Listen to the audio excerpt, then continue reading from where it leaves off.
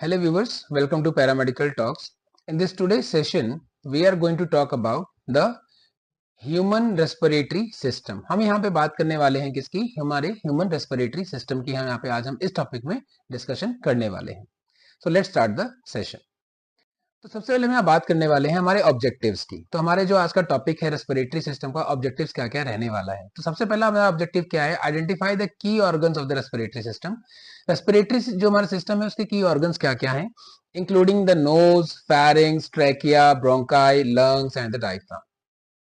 तो क्या क्या हमारे ऑर्गन्स क्या क्या है रेस्पिरेटरी सिस्टम के? हमारी नोज है, हमारी फेरिंग्स है, हमारे ट्रैकिया है, ब्रोंकाई है, लंग्स है एंड डायफ्राम है।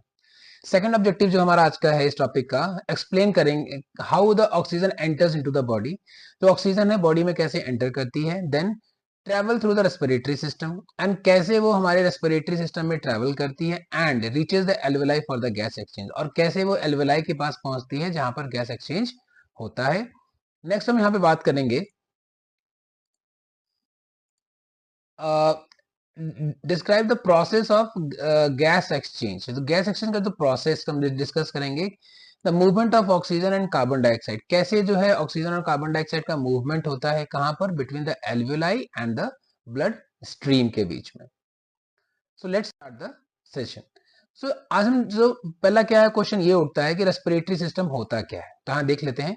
Respiratory system is a system which consist a set of the organs and the tissues involved in the Uptake of oxygen from the atmosphere and releases of the carbon dioxide generated during the aerobic respiration. Respiratory system क्या है? Basically इसमें set of the organs, जैसे कि आप यहाँ image में देख सकते हैं, यहाँ पे पूरा सेट ऑफ द ऑर्गन्स है, ठीक है। एंड द टिश्यूज है इसके अंदर बेसिकली, जहां पे क्या हो जाता है, यहाँ पे बेसिकली अपटेक होता है किसका? ऑक्सीजन का। कहां से? हमारे एटमॉस्फेयर से। एंड कार्बन डाइऑक्साइड का यहाँ से क्या होता है? रिलीज होता है। कब? During the process of aerobic respiration. हम लोग जानते हैं ब्रीदिंग जो क्या होती है, basically the process of inhalation and exhalation. Inhalation में हमने क्या देखा था? हमारे एटमॉस्फेयर से जो बेसिकली जो है, जो ऑक्सीजन जो है वो अंदर आ रही है, राइट, और कार्बन डाइऑक्साइड को जो है हम जो उसको रिलीज कर रहे हैं। सो यही जो प्रोसेस है, दिस गैस एक्सचेंज, कौन सी gas exchange? Oxygen and carbon dioxide जो गैस है, इसी एक्सचेंज को हम क्या कहते हैं? ब्रीदिंग कहते हैं, या फिर हम इसको और क्या नाम देते हैं? एक्सटर्नल रेस्पिरेशन भी इसी को कहते हैं। It plays a crucial role in maintaining our body's oxygen supply and removing the waste gases. So respiratory system जो देखा जाए तो हमारी बॉडी में बहुत ही एक इंपॉर्टेंट या फिर कह सकते हैं क्रूशियल रोल प्ले करता है, खासकर maintaining our bodies oxygen supply. जब हमारे बॉडीज में ऑक्सीजन सप्लाई की बात आती है तो उस कंडीशन में ये सिस्टम जो है वो अहम रोल प्ले करता है। एंड साथ ही साथ जो भी वेस्ट जो गैसेज हैं, जैसे कार्बन डाइऑक्साइड है, इन सबको रिमूवल में भी हमारी हेल्प करता है। अब क्वेश्चन यहाँ पे एक फ्लोचार्ट आप यहाँ देख सकते हैं इसके आपकी स्क्रीन पर। यहाँ पे हम देख सकते हैं कि जो ये ऑक्सीजन जो ट्रेवल करता है, हमारा जो ऑक्सीजन है वो ट्रेवल करता कैसे है। तो उसके लिए यहाँ पे एक फ्लोचार्ट है। This flowchart simplifies the complex process that captures the essential steps involved in the oxygen transport and the gas exchange with in the respiratory system. मतलब ये जो फ्लो चार्ट है बेसिकली हमें ये बताएगा कि जो रेस्पिरेटरी सिस्टम है बेसिकली, जो कि देखा जाए तो एक बहुत ही कॉम्प्लेक्स प्रोसेस है, और उसमें ऐसे कौन कौन से स्टेप्स इन्वॉल्व होते हैं जो कि हमारे ऑक्सीजन को ट्रांसपोर्टेशन में, गैस को एक्सचेंज करने में, हमारे रेस्पिरेटरी सिस्टम में मदद करता है। सो सबसे पहला आप यहाँ देख सकते हैं, air enters through the nose और थ्रू द माउथ। एयर जो हमारे एंटर करता है कहां से? हमारे नेजल कैविटी से या फिर माउथ से एंटर करता है। देन उसके बाद से it passes through the pharynx and the larynx. Then उसके बाद से वो लैरिंग्स और फेरिंग्स के थ्रू पास होता है। And finally the trachea carries the air down into the bronchi. फिर वो ट्रेकिया के पास पहुंचता है एयर, एंड फाइनली वहां से वो ब्रोंकाई की तरफ मूव कर ब्रोंकाई की तरफ चला जाता है एयर। अब जो ब्रोंकाई है वो क्या करेंगे? तो ब्रोंकाई जो है वो divide into the smaller bronchioles. जो ब्रोंकाइज जो होती हैं वो छोटे छोटे ब्रोंकियोल्स में टूट जाती हैं।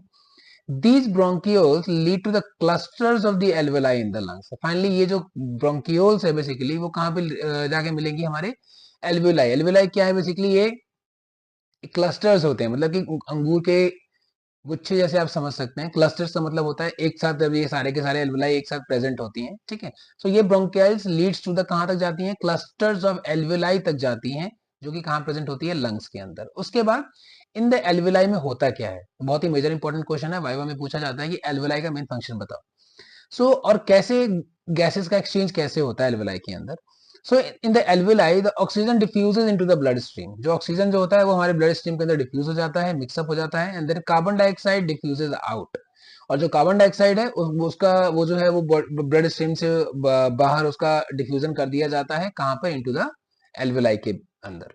And finally the diaphragm relaxes pushing air out of the lungs. अब हमारा जो डायफ्राम जो होता है वो क्या करेगा? बेसिकली जो एयर है वो डायफ्राम हमारा बेसिकली पहले क्या होगा? रिलैक्स हो जाएगा. वो एयर को लंग से बाहर की तरफ पुश करेगा.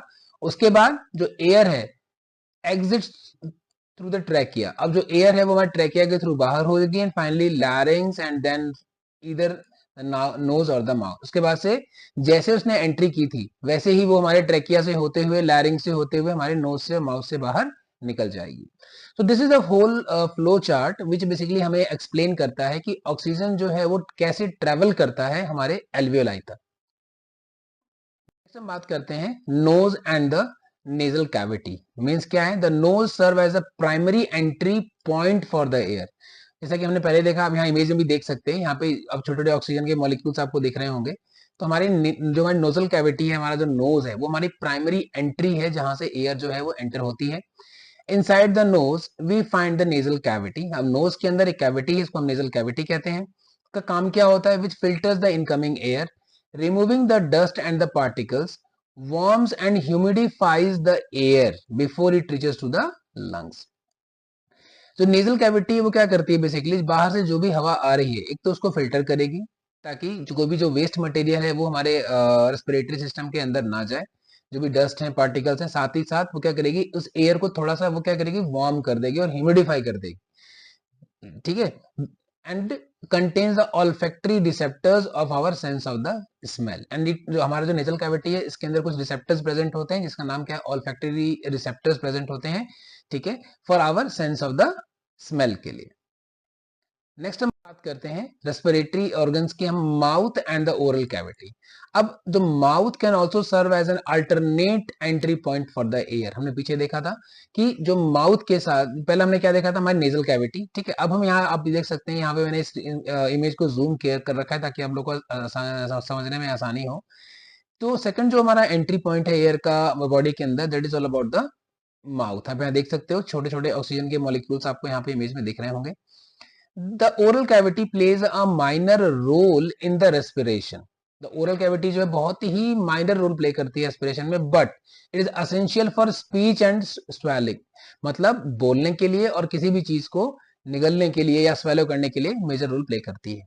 If the nasal passages are blocked, breathing through the mouth becomes the essential. अगर कभी आपने देखा होगा हमें वायरल हो जाता है या कभी जुकाम हो जाता है, उस कंडीशन में हमारा जो नेजल पैसेज है वो ब्लॉक हो जाता है, तो उस कंडीशन में हम माउथ से ब्रीदिंग की प्रोसेस को परफॉर्म करते हैं. तो माउथ का ये एक और फंक्शन हमने यहाँ पे देखा. नेक्स्ट हम बात करते हैं फेरिंग्स यानी थ्रोट की बात कर रहे हैं. The pharynx connect the nasal cavity and the mouth to the trachea. आप यहाँ अगेन यहाँ इमेज में देख सकते हो. इस इमेज को मैंने यहाँ पे जूम किया है ताकि आपको अच्छे से समझ में आए कि जो फेरिंग्स है, ठीक है, कैसा दिखता है, क्या काम होता है, कैसे कनेक्ट होता है. तो आप यहाँ देख सकते हो अगेन इस इमेज में हमारे जो ऑक्सीजन के मॉलिक्यूल्स हैं अभी हमारे कहाँ पे आ चुके हैं? हमारी फेरिंग्स में आ चुके हैं. ठीक है. So again the pharynx connect the nasal cavity and the mouth to the trachea. It serve as a common pathway for both air and the food. हमारा जो फेरिंग्स होता है बेसिकली वो एक तरीके का कॉमन पाथवे है बेसिकली किसके लिए? एयर और फूड के लिए. यहाँ पे एक फ्लैप लाइक स्ट्रक्चर प्रेजेंट है, इसको हम क्या कहते हैं? Epiglottis. A flap like structure in the pharynx. It prevents the food from entering the trachea during the swelling process. Basically जो हमारा एपिग्लॉटिस है उसका काम क्या है? बेसिकली एक फ्लैप लाइक स्ट्रक्चर होता है. इसका मेन काम यही होता है कि वो हमें प्रिवेंट करता है कि जो फूड है, फूड को एंटरिंग से ट्रैकिया के अंदर, खासकर जब हम किसी चीज को निगल रहे होते हैं या स्वेलो कर रहे होते हैं. नेक्स्ट हम बात करते हैं लैरिंग्स की. आप देख सकते हैं इसको हम एक और नाम से जानते हैं, that is called voice box. So again यहाँ पे आप देख सकते हो अभी ऑक्सीजन के मॉलिक्यूल्स कहाँ आ चुके हैं? हमारे लैरिंग्स के अंदर. आप ऑक्सीजन के मॉलिक्यूल देख सकते हैं हमने इमेज के अंदर, और इस इमेज को मैंने जूम किया कि ये दिखता कैसा है इसका स्ट्रक्चर लैरिंग्स का. लैरिंग्स क्या है आइए देख लेते हैं. लैरिंग्स is a tough flexible segment of the respiratory tract that connects the pharynx to the trachea. अब जो लैरिंग्स है इसको हम वॉइस बॉक्स भी कहते हैं, जो क्या है, एक टफ है, फ्लेक्सिबल सेगमेंट है हमारे किसका, रेस्पिरेटरी ट्रैक्ट का। साथ ही साथ ये हमारी कनेक्ट करता है फेरिंग्स को। फेरिंग्स बोले तो क्या, the back of the nose and the throat to the trachea यानी विंड पाइप से। तो लैरिंग्स हमारा क्या काम करता है, बेसिकली फेरिंग्स को ट्रेकिया से कनेक्ट करता है। It also allows the air to passes through it while preventing the food and the drink from blocking the airway। हमारा ये जो वॉइस बॉक्स है इसका एक और काम क्या है, ये एयर को पास करता है और साथ ही साथ प्रिवेंशन करता है किसका, फूड और जो भी हम ड्रिंक हम ले रहे हैं कैसे, फ्रॉम ब्लॉकिंग द एयरवे के थ्रू। नेक्स्ट हम बात करते हैं हमारे अगला जो ऑर्गन है, that is called respiratory system का ट्रैकिया, इसको हम एक और नाम से जानते हैं, that is called wind pipe.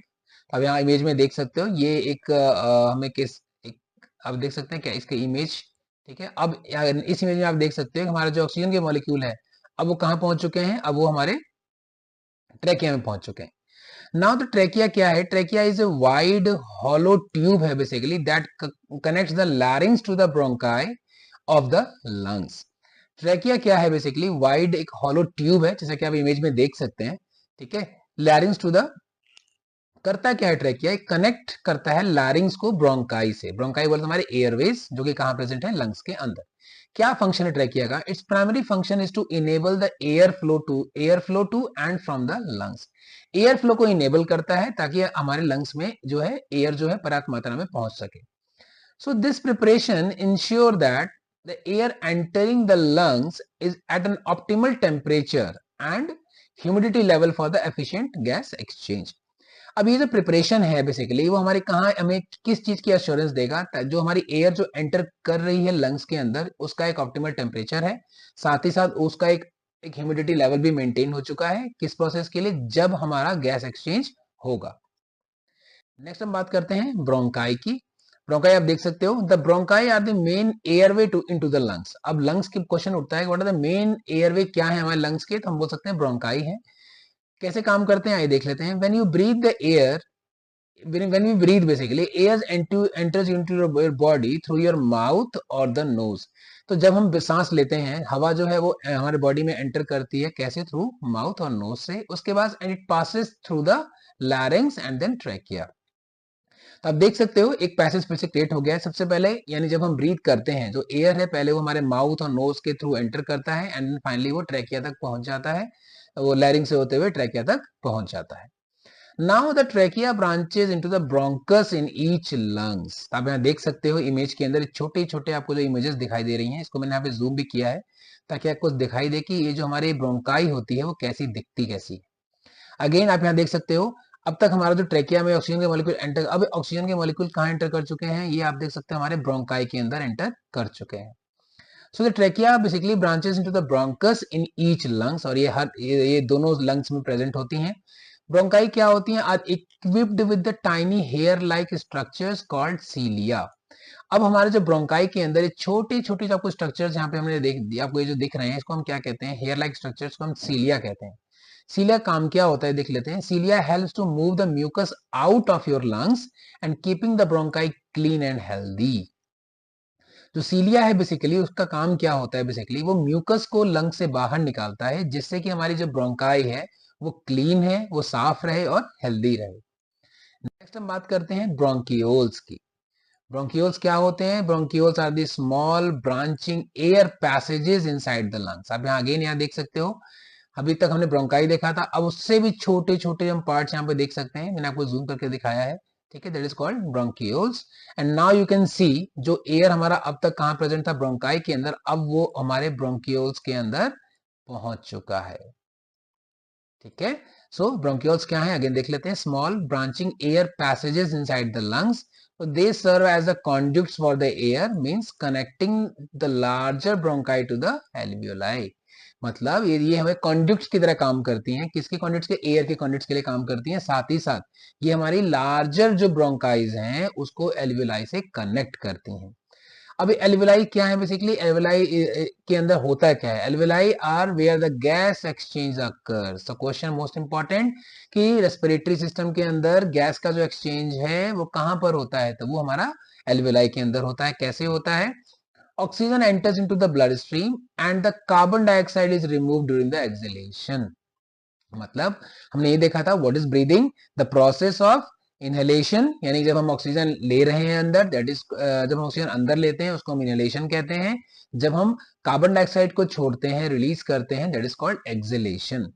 So bronchioles deliver air to diffuse the network of approximately 300 million alveoli. आप देख सकते हो bronchioles जो क्या कर सकते हैं, वो एयर को डिफ्यूज करते हैं थ्रू अ नेटवर्क. आप देख सकते हो सारे के सारे जो हमारे ब्रोंकियोल्स हैं वो एक दूसरे से कनेक्टेड हैं, जस्ट लाइक अ नेटवर्क के थ्रू कनेक्टेड.